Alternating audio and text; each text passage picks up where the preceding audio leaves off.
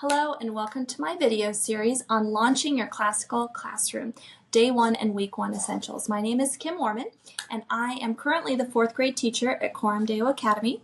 I'm also the school librarian and I'm the dean of the lower school. I love dabbling in all sorts of things on campus. I'm involved in the spelling bee and Veterans Day and all sorts of events, and I really love what I do. And I want to just give you a little introduction about me. When I was younger in school, I graduated from a classical Christian academy in Minnesota.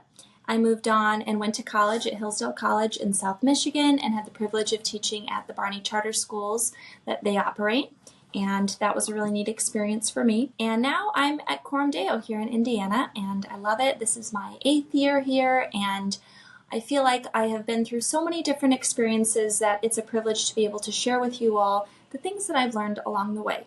I remember my first days walking into my very first classroom. My boss had, signed my contract with me, walked me to my classroom, and opens the doors, and there it was, what I had been waiting for my whole life, because I knew I wanted to be a teacher my whole life.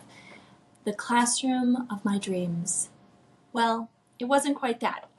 See, had bare walls, desks, chairs, a whiteboard, a desk for me, a little bookshelf. I think there were 2 bookshelves, and that was it. And I remember thinking, okay, I'm literally starting from scratch. I can do this though. I have a 4-year degree. I did a ton of training for many hours inside of a classical room. I graduated from a classical school. I have got to know what I'm doing. This is going to be, I'll have a few things I'll have to learn along the way, but I got this. So then he takes me to my desk area and he shows me, okay, here's your curriculum, here's your books, this is your math book, this is your blah, blah, blah, blah, blah.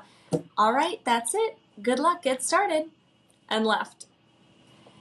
And the previous 3rd grade teacher was no longer employed there, obviously, because I was in her position. I had no way of contacting her. I didn't really know any of my coworkers. There was no mentor for me. I was just on my own, flying solo, trying to figure things out. So I remember feeling severe overwhelm at that point, but I thought, okay, I got this. So I remember spending many days pulling the books off the shelves and trying to organize them and trying to figure out what I needed to prioritize and how do I organize my stuff? How do I determine how to decorate my classroom? How do I, where's the handbook? How do I log on to my email? There were 5,000 things that I had to do. And I remember the first week of work that formally started, the training week before everything really gets going. I had a stack of Post-it notes and I went through them and I had to go get another stack of Post-it notes and my whole desk was full of all these things that I had to remember, and it was moving so fast, and somebody told me I had to fill out some form, and then over here I had to go get these papers copied and I had to organize my file bin, and I needed to read something about a student I was getting who had an IEP, and I'd never seen an IEP in my life. And I remember I just constantly, I would grab my pen and I'd write something down, I'd stick it on my desk, and I'd go grab my pen and write something down, stick it on my desk, and go do different things. And it wasn't until about halfway through the year, when I had an incident with a student and a parent, that I finally was like, okay, I need help and I got to figure out who can help me. And I knew that the 2nd grade teacher was very experienced. She seemed to have control of her class. She spoke very eloquently. She seemed to be down at the child's level and was very respectful. She helped me with discipline. She helped train me on with how to relate well to students and how to just get my paperwork organized. I remember going in after school one day and talking with her about why we teach math the way that we do in a classical school and how I could improve my methods and just a few tips. And I realized that's what I needed, was a teacher mentor. I needed somebody who everyone recognized was not just a veteran teacher, because she hadn't been there for that long. She was a mom. She'd homeschooled her kids. She'd only been teaching at the school for a few years, but she was clearly a naturally gifted woman who knew what she was doing, and I was so blessed to be able to be in her presence and be mentored by her.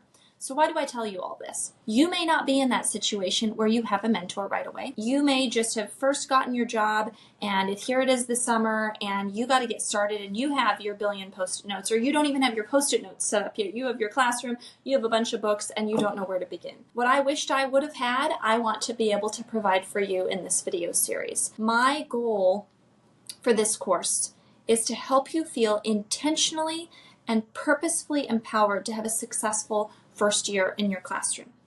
So here's a list of all the topics that we're going to cover in this series. So obviously this is an introduction, session 1. Our second session I've entitled From Chaos to Calm, Designing an Inspiring and Purposeful Classroom. So basically, how do you set up your physical space in a way that is inspiring to students, is not overly cluttered, and has objects placed in the room in a purposeful and intentional way. And then session 3, once you have your classroom plan or your classroom set up, how do you create routines and expectations so that students know how to flow around your room so that you have efficiency, you're not wasting time, the students' time is not wasted, because every minute in the classroom is important and valuable, and you don't have a lot of it. Our next session, session 4, is called Habits of the Heart, Training versus Discipline. I remember doing clip charts at my first school. I remember being trained under a teacher who had a treasure chest and gave rewards to students for being good. I saw the complete downfall of students with this clip chart, and I've been on red all week. It doesn't motivate kids. So what motivates kids? How do we give them good habits and good tools to have a successful life, both in the classroom and throughout? It's more than just in the moment, keeping kids doing what you want them to do because you're the teacher and you said so, and you can, slap authority on it, or you can bribe students. We don't want to do any of those things at our classical schools. They don't work. So I'm actually really excited to have Mrs. Dee Dee Feeney. She is a teacher who's been at our school for many years. She's a lot of experience, gives this talk often about habits of the heart. I'm going to have some supplementary things to say about that as well. That's session 4 you can look forward to. Session 5 is preparing for common classroom challenges. So it is inevitable that you're going to have students who struggle with attention, that struggle with handwriting, that struggle with reading, and it doesn't necessarily mean that they're going to have an IEP or a 504. Maybe they don't qualify. I've had students that I thought for sure qualified and they don't. Are you just going to let them suffer in your classroom? We don't have all the resources many times that public schools do. And so how do you work around that? How do you maintain dignity of the student and also give them a way to be successful in the classroom and not just give them extra privileges? Okay, session 6 is school partnership. How can you be a faithful employee at your school? What does that look like? How do you improve your fidelity to classical practices? How do you work well with others? What does it look like to be just a good employee? Session 7 is focused on what is my curriculum. You've been handed your books, you've been given your schedule, here's your classroom. What do you do once your classroom's set up and you're sitting at your desk and it's all pretty, ready to go, you feel organized? Now, what do you do with this giant stack of books on your shelf? How do you even know where to begin? It seems like an impossible task. So I'm going to walk you through how to take those things apart and make it a lot more user-friendly for yourself. And then session 8 behind the scenes is, okay, now that I've laid out my curriculum, how do I lesson plan? How do I create lesson plans that I don't have to remake year after year, that adhere to classical standards and procedures, but also don't burn you out and are something that you can use over time and just edit? I'm really passionate about that and excited to talk to you about that. Session 9 is incredibly important. It is parent partnership best practices. If you don't figure out how to partner with parents right away, you're going to have a tough year. Forget the curriculum, forget the classroom routines, and let me tell you, from year 1, I didn't know about parent partnership, and I had to learn the hard way many times. You want mom and dad to be on the same page as you and make time for that and prioritize that and have the same goals in mind. Parent partnership is extremely important. And finally, session 10 is called lifelong learning. You are not going to be an expert after year 1 or year 2. And even though I've learned all these things and here I am showing you and telling you about them right now, I am still learning. I am still developing. I want to be better. I still have topics that I teach that I am not an expert in. And every year I grow and try to focus on 1 or 2 things that I can get better at. We want our kids to be lifelong learners. We better set an example for our own students. And I'm also going to provide a list of resources and encouragement as we close the series. And so that's my big overview. You're going to have a learning curve. I'm sure you learned from people in college, parents that were in teaching, relatives, your own teachers, that year 1, it can be a real doozy. But you need to be prepared that it's going to be a learning curve. You're going to be in a new culture. You're going to meet new friends. There's going to be new programs the school does that you have to get used to, not including, your new curriculum and everything you have to do in your own classroom. You're going to be constantly creating and refining systems and lesson plans this first year. But my hope is, even though it can be mentally exhausting, that the tools that I'm going to be giving you in this series will help you to not feel as burdened as maybe your peers, as maybe people that have come before you. They're like, oh yeah, year one's going to be terrible. You have no idea what's coming. You have no idea what kind of a blessing you could be to one of your students this year, or all of them. You don't know. So be aware of what's coming. Be aware that it's going to be mentally exhausting. But if you purposefully invest in year one, you're going to have intentional rest in year 2 and beyond. You're going to find that I have this great phrase. It's purposeful planning leads to intentional rest. I came up with it. I've been saying it for years, and I have found it to be true. I'm going to say it again. Purposeful planning leads to intentional rest.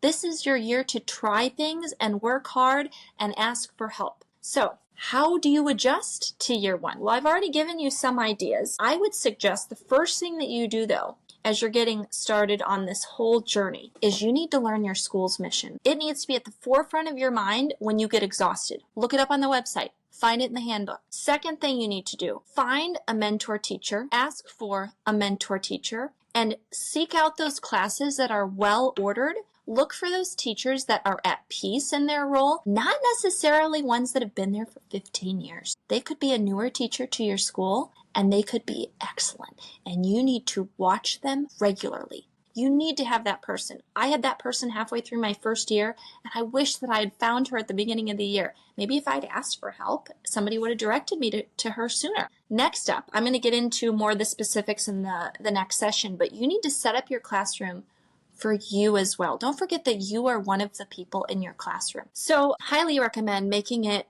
also a place for you. Next would be super important, having a balanced life outside of school. I remember Dr. Copeland saying this in a class back in college, and I thought, well, duh. Okay, well, it's not as obvious once you get started teaching your first year because you feel like you are drowning sometimes. And you're like, oh, I get home, I'm so tired, I've socialized out, I don't want to do anything. But then if you are in a totally new place without people that you know around you, you're not part of a church, you're not part of a club, you're not working, all those things are so important to you having a full life. This is just your job. It is a calling. It is beautiful. You definitely are here for a purpose. I don't want to discredit any of that, but there have been times when I have not let my health be important and I get real stressed out with work. And when I put my health on the back burner and I'm not taking my vitamins, or I don't realize that I'm in a stressful season and I need to be more intentional about what I eat, or that's just for me, I get sick. So it's just so important. Go for walks. Find what it is that gives you a mental break. Maybe it's learning how to, slap some paint on a canvas when you get home. Maybe you're going to learn how to play a few notes on the piano. Maybe it's just listening to music.